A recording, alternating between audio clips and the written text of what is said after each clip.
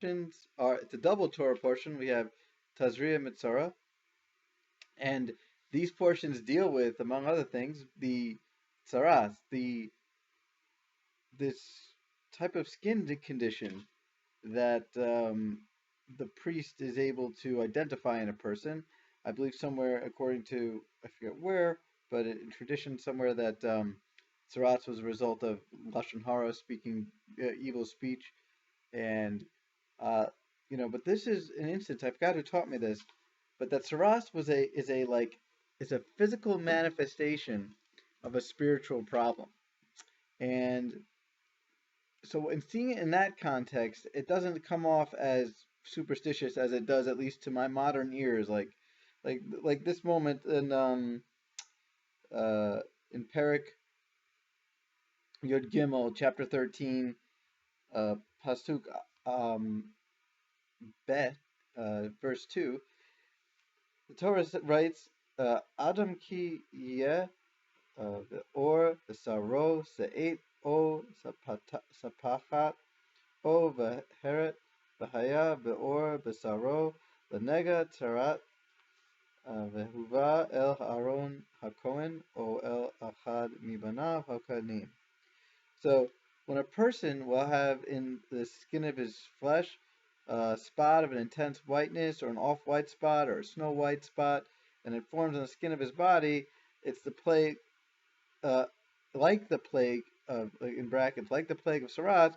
He shall be brought to Aaron the Kohen, or one to his son the Kohanim, for inspection. And then the Parsha goes on and says, there's different ways, it's like going for one checkup, two checkup. There's a lot of different things to look at. And, it strikes me, why isn't he going to a doctor? And that's how my first inkling is, and it makes me feel a little uncomfortable. I feel like, superstition. However, what I think the Torah is at least reminding me this week is that it's not an uncommon problem that spiritual problems are treated physically.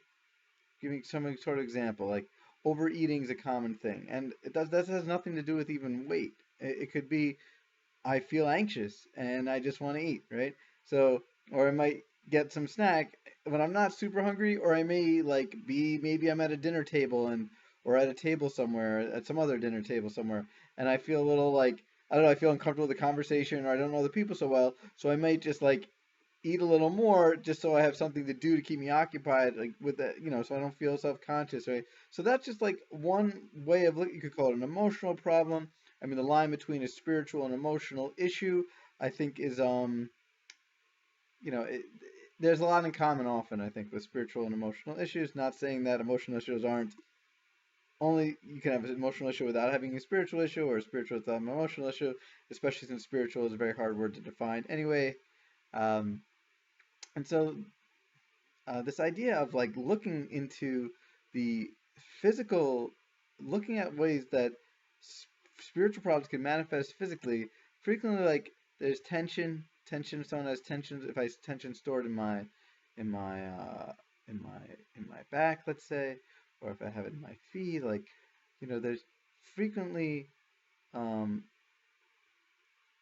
I'm calm, I can often notice that there's certain tension. I have some tension in my forehead here, and if I just sit with it, I might find, or you might find, and I invite you to explore this, exploring in your body, to listen to your body. It takes skill. You have to be a Kohen, maybe you have to be a type of priest. You have to have a type of seeing to determine is this a physical issue, or is this emotional, spiritual issue? But just having those eyes, I think that having those eyes and have the heart to understand that there is a connection between the physical and the spiritual, and may we have the wisdom and the insight to identify whatever that is, when that is, if that is. May we never have any of those, and may you have a great, great day. Bye.